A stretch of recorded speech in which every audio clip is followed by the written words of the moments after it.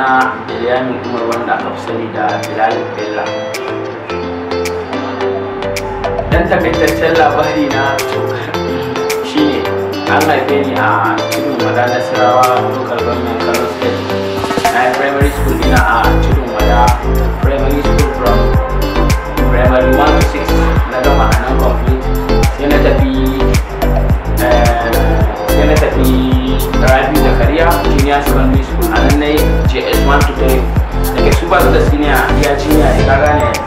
To daga nan sai na ƙara tafiya ADSS Boys Kano kenan Amide Secondary School a nan na gama makaranta ta alhamdulillah na yi exam bayan da ne ko 3 months back na gama alhamdulillah duk da dai yanzu ban ci gaba da makaranta ba akwai abubuwan da suka tsaye shine dan takaitaccen labari.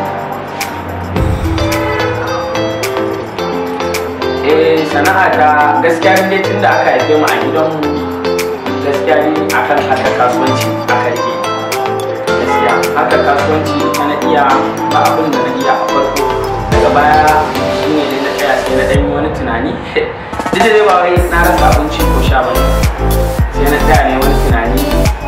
daga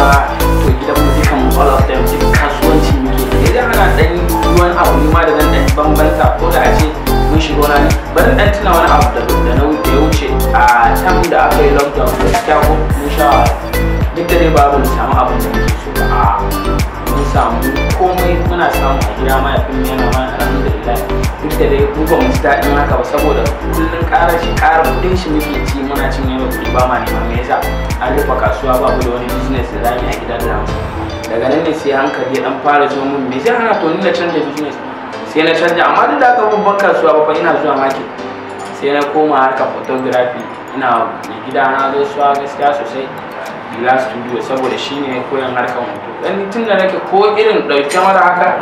wallahi ban sani ba amma Bila shine koya mun kuma babu abin da zan ce wa Bila sai dai godiya. Tech Lab kuma gaskiya Tech Lab di mutane suna ce wa ɗan Tech Lab ni ko ba san me nake yi na Tech Lab ba amma ni gaskiya ba na yin Tech Lab ba harka na ba ce ba can dai wurin da suke Tech Lab daban amma ni gaskiya seriously ba na yin Tech Lab. Abin da ya sa mutane suke cin ɗan Tech Lab kawai dai mutanen mu na wasu su ba san min da Tech Lab ba da abin kana ɗan sa kaya mai kyau za ka sa hula za ka sa riga kawai kai makalici ne kawai ba ka da abin fita kawai kai makalici ne fita.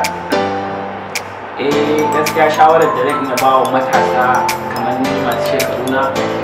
ba wata shawara ba ce illa ba su shawara akan rayuwarsu da ya kamace ka a rayuwa ka san ba daidai ba ka san daidai saboda rayuwar nan fa yanzu ba a yau mutum karatu ka san daidai kawai ba ka san daidai ba ma ka san. To da ƙarshe ina yi wa duk wani samari da kowa na duniya ina mai fatan alkhairi ubangiji Allah ya taimaka wa kowa a kan lamarin rayuwa iyayenmu da suka kula da mu suka ba mu tarbiyya ta gari